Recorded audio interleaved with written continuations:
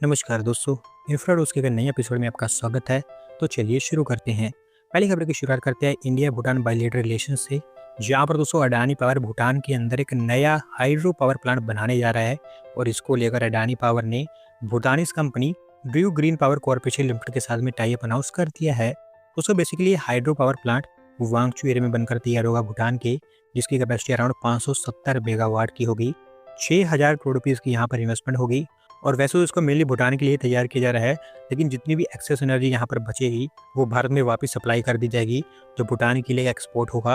और क्योंकि दोस्तों इसकी डीपीआर पहले ही कंप्लीट हो चुकी है, तो अगले साल के पहले हाफ के अंदर अंदर इस हाइड्रो पावर प्लांट का कंस्ट्रक्शन स्टार्ट हो जाएगा और उसके अगले 5 सालों के अंदर अंदर इसको कंप्लीट कर दिया जाएगा।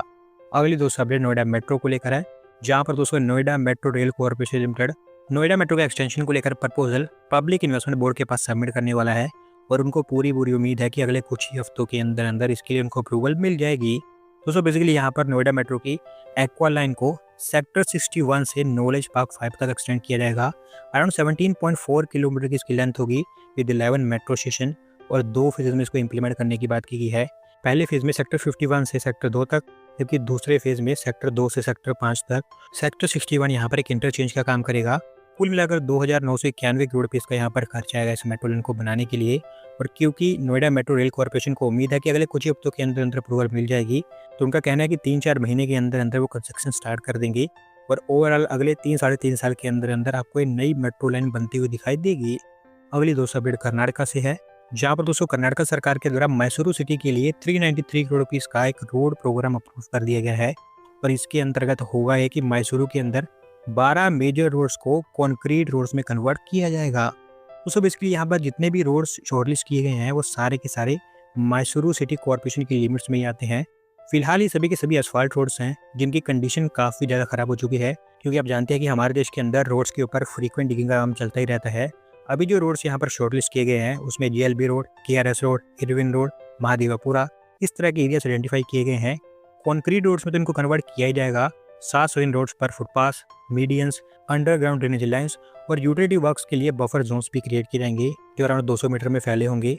अगले महीने यहाँ पर ग्राउंड वर्क स्टार्ट हो जाएगा और क्योंकि कुछ खास बड़ा काम नहीं है तो 2-3 महीने के अंदर अंदर ये पूरा काम कंप्लीट हो जाएगा। अगली दोस्तों अपडेट अरुणाचल प्रदेश से है, जहाँ पर दोस्तों भारत पेट्रोलियम कॉर्पोरेशन लिमिटेड को आंध्र प्रदेश के अंदर उनकी नई रिफाइनरी के लिए ministry of environment, forest and climate change की ईएसी क्लियरेंस मिल चुकी है और अब बीपीसीएल यहाँ पर टर्म्स ऑफ रेफरेंस प्रिपेयर कर सकता है। दोस्तों इस रिफाइनरी के बारे में मोस्ट प्रोबेबली आप सब जानते ही होंगे, क्योंकि काफ़ी लंबे समय से बीपीसीएल के द्वारा हमारे देश में लैंड स्काउटिंग की जा रही थी और कई सारी स्टेट्स को स्टडी करने के बाद उन्होंने आंध्र प्रदेश को शॉर्टलिस्ट किया था।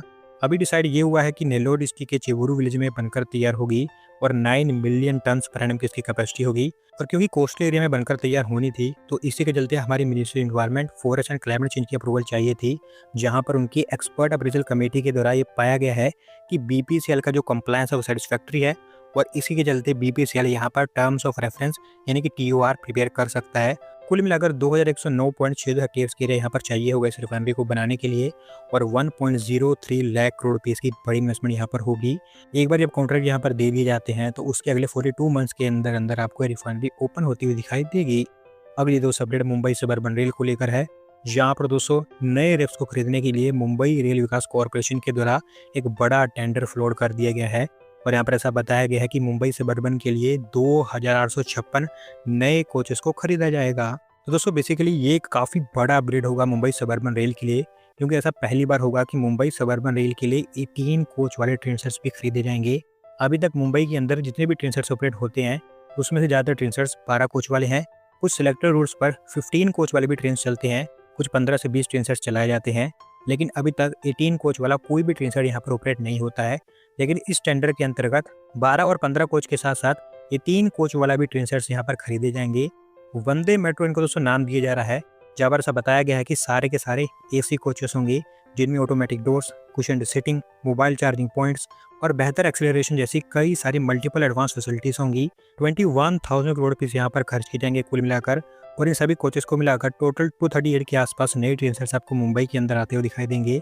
मुंबई रेल विकास कॉर्पोरेशन का कहना है कि एक बार जब इसका कॉन्ट्रैक्ट अवार्ड कर दिया जाता है तो उसके अगले 1.5-2 सालों के अंदर अंदर पहला प्रोटोटाइप डिलीवर कर दिया जाएगा। अगली दोस्तों अपडेट हमारी रेलवेज की तरफ से है, जहाँ पर दोस्तों रेलवेज देश के अंदर भी एक और वंदे भारत ट्रेन को इंट्रोड्यूस करने जा रही है। और इसमें ऐसा बताया गया है कि ये वंदे भारत ट्रेन दिल्ली से जोधपुर के बीच में ऑपरेट होगी। दोस्तों ये एक मिनी वर्जन होगा वंदे भारत ट्रेन का, क्योंकि 8 कोचेस के साथ इसको ऑपरेट किया जाएगा। और काफ़ी लंबे समय के बाद ये देखने में आ रहा है कि रेलवेज ब्लू वाइट कॉम्बिनेशन वाली वंदे भारत ट्रेन को अब दोबारा से ऑपरेट करेगी, क्योंकि पिछली जो ज़्यादातर ट्रेन ऑपरेट की गई हैं फिर लॉन्च की गई हैं, उनमें ज़्यादातर हमें ऑरेंज कलर वाली ट्रेन से देखने को मिली है। 8 में से 7 कोचेस चेयर कार वाले होंगे, जबकि बाकी बचा हुआ एक कोच एग्जीक्यूटिव क्लास का होगा। 8 घंटे के आसपास की ये जर्नी होगी और 7 स्टॉपेजेस को भी यहाँ पर इंक्लूड किया गया है इन बिटवीन। डेट तो अभी फाइनल नहीं की गई है कि कौन सी डेट को इसको लॉन्च किया जाए, लेकिन काफ़ी हाई चांसेस है कि इसी हफ्ते के अंदर अंदर ये वंदे भारत ट्रेन लॉन्च हो जाएगी।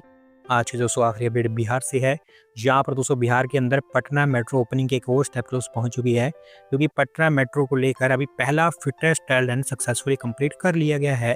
दोस्तों पटना मेट्रो की ओपनिंग को लेकर बिहार सरकार काफ़ी अग्रेसिवली पुश कर रही है, क्योंकि वो चाहते हैं कि बिहार इलेक्शन से पहले पहले ही पटना मेट्रो को ओपन कर दिया जाए।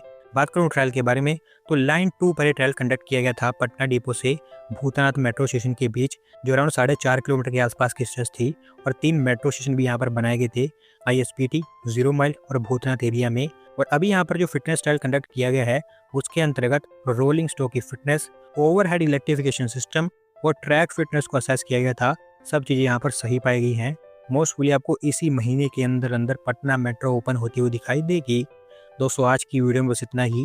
अगर आप अपनी तरफ से अपडेट सबमिट करना चाहते हैं तो शिव के लिंक पर क्लिक करके सबमिट कर सकते हैं। अगर आज की वीडियो पसंद आई हो तो वीडियो को लाइक करें, चैनल को सब्सक्राइब करें। धन्यवाद वीडियो को देखने के लिए।